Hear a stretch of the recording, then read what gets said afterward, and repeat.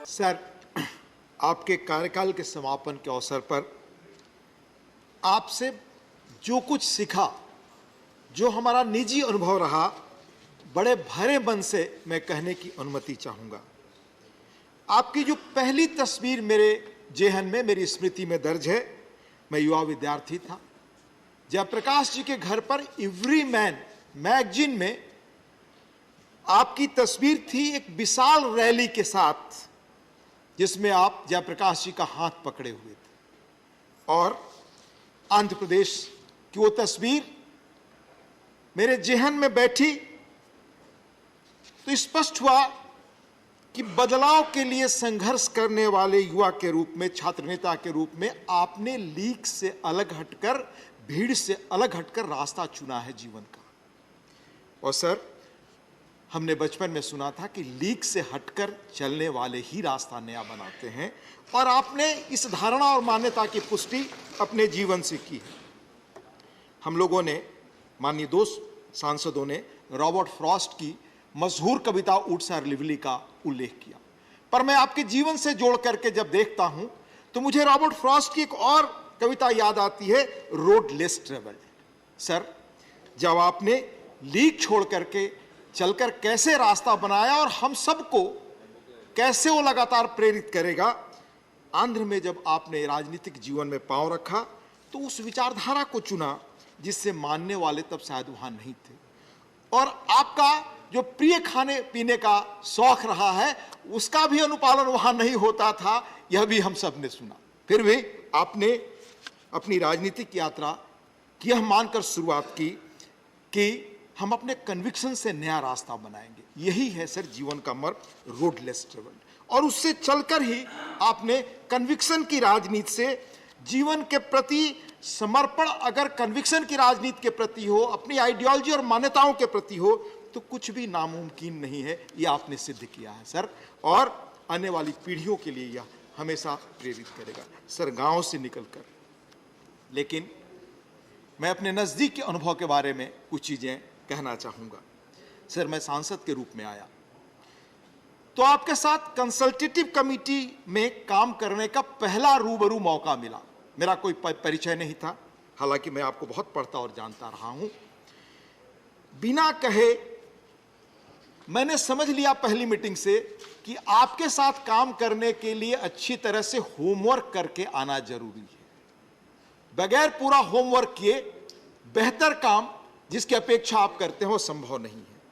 साथ ही मैंने पाया उसी बैठक में, एक बैठक थी तेलुगु नए वर्ष के अवसर पर, कैसे आपने उस दिन प्रतीक के रूप में इस्तेमाल होने वाली घर की चीजें, गांव की चीजें, उनको अपने घर से मंगवाया। सारे सदस्यों को उत्साह से, जो आपके जीवन का, आपके व्यक्तित्व का हिस्सा है, खिलाया।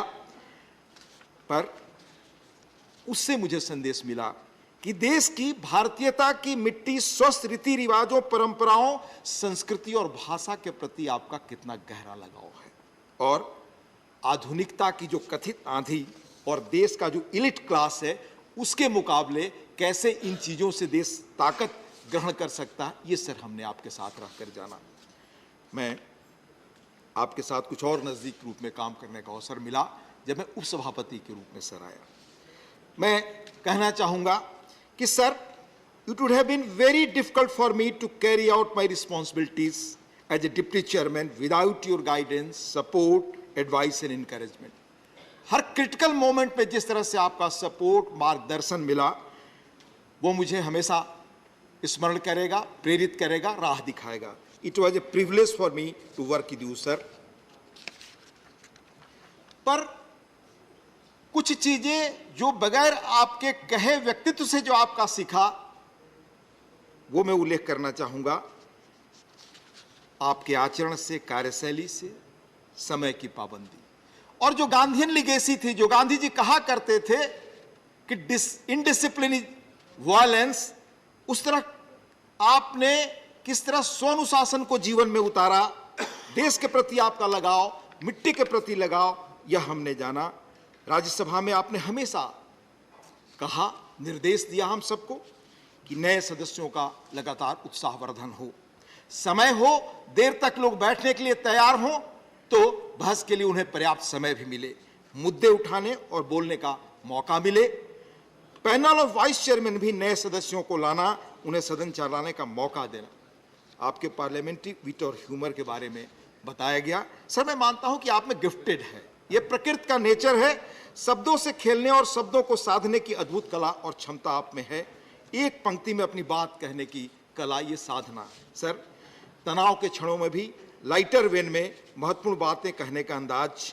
एक सदस्य के रूप में जब मैं नीचे बैठता था तो मुझे याद है कि आपने एक चीज कही थी जो मेरे दिमाग में चस्पा है और आने वाले समय में जो संसदीय जीवन की मर्यादा मानने के लिए हमेशा उसको अपनाएंगे, वह वन लाइनर हमेशा काम करेगा। सर, आपने कहा था, if you are not well on facts you will be in the well of the house.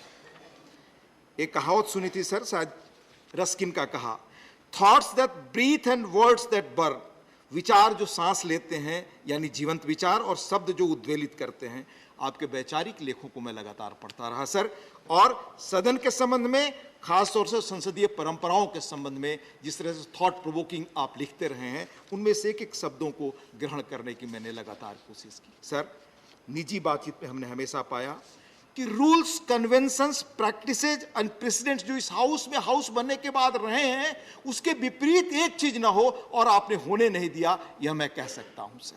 Sir, मैं संसदीय नियमों, कामों के प्रति आपकी मर्यादा, उन्हीं के अनुरूप चलना, और श्रेष्ठ बहस हो तो उस दिन आपकी प्रसन्नता, और हाउस न चले तो उस दिन आपकी जो आत्मपीड़ा थी उसका मैं साक्षी रहा हूं, वह मैं कह सकता हूं।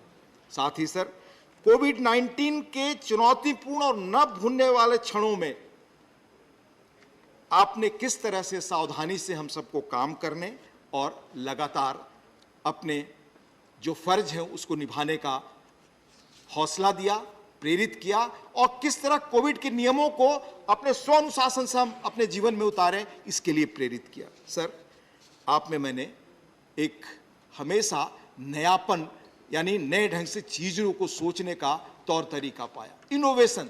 सर, मैं कह सकता हूं कि आप मैन ऑफ आइडियाज हैं। और बहुत संक्षेप में मैं बताना चाहूंगा सर कि आपकी कार्यशैली किस रूप में यहां मैंने देखी। पहला, आपने रूल्स और प्रोसीजर जिनकी ओरिजिन फंडामेंटली कॉलोनियल समय की है, जिनमें आज के समय की जरूरत के अनुरूप सुधार की जरूरत है, मॉडर्नाइज करने के लिए उन्हें आपने रूल्स रिव्यू कमेटी का गठन किया, जिसने अपनी रिपोर्ट में बड़े अच्छे सुझाव दिए हैं सर। माननीय एलओपी ने भी इसका उल्लेख किया। मैं सदन के साथ साथ आपके राज्यसभा की समितियों के कामकाज में कैसे सुधार हो, उस पर लगातार नजर रखना, उसका उल्लेख करना, बैठकों में कैसे उपस्थिति बढ़े, इसकी निरंतर कोशिश और मोटिवेशन। साथ ही सर, आपके जो नए प्रयास यहाँ रहे, सदन व सचिवालय पेपरलेस हों, इसके लिए टेक्नोलॉजी के उपयोग में उल्लेखनीय प्रगति, सदन में डिजिटलाइजेशन के काम को गति, ई ऑफिस सिस्टम में उल्लेखनीय प्रगति, क्योंकि बदलते समय में टेक्नोलॉजी से अलग होकर हम नहीं चल सकते, समय किसी की प्रतीक्षा नहीं करता, इसलिए हम कैसे आधुनिकता बदलाव के साथ गति रख सकें, इसके लिए आपने हमेशा प्रेरित किया।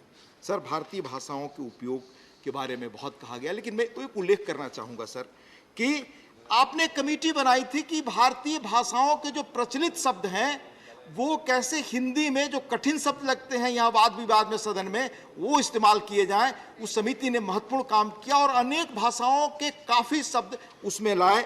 राज्यसभा सचिवालय की कार्यप्रणाली में सुधार के लिए भी समिति का गठन। सर, आपके जीवन का वो संदेश हमेशा हम जैसे लोगों के लिए प्रेरक पुंज के रूप में रहेगा कि आप गांव से सर्वोच्च पद तक पहुंचे। सर, आपके परिवार में कोई राजनीति में नहीं रहा, साइकिल से आपने स्कूल कॉलेज की यात्रा की, अटल जी के भाषणों से प्रभावित हुए, एबीपी की लीडरशिप, फिर भारतीय जनसंघ में युवा नेता, यानी एक साधारण कार्यकर्ता से भारतीय जनता पार्टी के राष्ट्रीय अध्यक्ष तक, विभिन्न मंत्रालयों का दायित्व, 19 वर्षों तक इस सदन का अनुभव, फिर राज्यसभा के चेयरमैन और देश के उपराष्ट्रपति तक पहुंचना, लॉन्ग डिस्टिंग्विश्ड पब्लिक लाइफ का उल्लेखनीय पड़ा और बेदाग। सर, मैं अंत में 2 चीज़ें सर कहकर मैं अपनी बात खत्म करना चाहूँगा। सर, आपका ह्यूमन अप्रोच, आपकी सेंसिटिविटी और अनुशासन, आपके व्यक्तित्व के ऐसे अनेक पहलू हमें आजीवन संबल देंगे। काशी विद्यापीठ के दीक्षांत समारोह में देश रत्न डॉक्टर भगवान दास ने 1925 में तैत्तिरीय उपनिषद का एक यादगार उल्लेख किया है। उसकी एक पंक्ति है सर, कभी संशय हो कि यह काम अच्छा है या नहीं तो जो श्रेष्ठ जन आचरण करते हैं उनका अनुसरण करना। सर ऐसे घड़ी में जब भी आत्म जहां द्वंद्व हो उसमें आपके बताए रास्ते हमें रास्ता दिखाएंगे। सर अंत में राज्यसभा के 249वें सत्र के दौरान आपने कहा था यह सीख हमें जब तक यहाँ हैं अवश्य जेहन में रहेगी। As the House of Elders, we need to lead by examples. It's a privilege that the people bestowed on us. The expectations are high, our responsibilities are onerous. We can ill afford to regret for the lost opportunities that we had. If we fail our people, we fail our nation. Sir ईश्वर से प्रार्थना है कि आप दीर्घायु हों, आपकी सेहत हमेशा अच्छी रहे, आपकी सक्रियता हमेशा बनी रहे, देश और हम सबको इसी तरह आप मार्गदर्शन और उत्साहवर्धन करते रहें। सर बहुत बहुत धन्यवाद।